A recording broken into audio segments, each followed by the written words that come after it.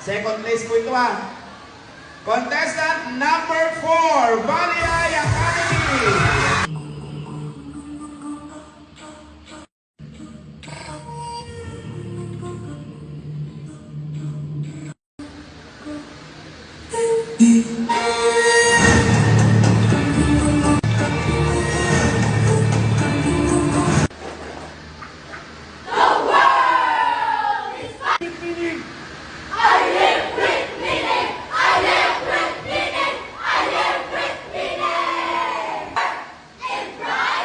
Because the strength within me in position.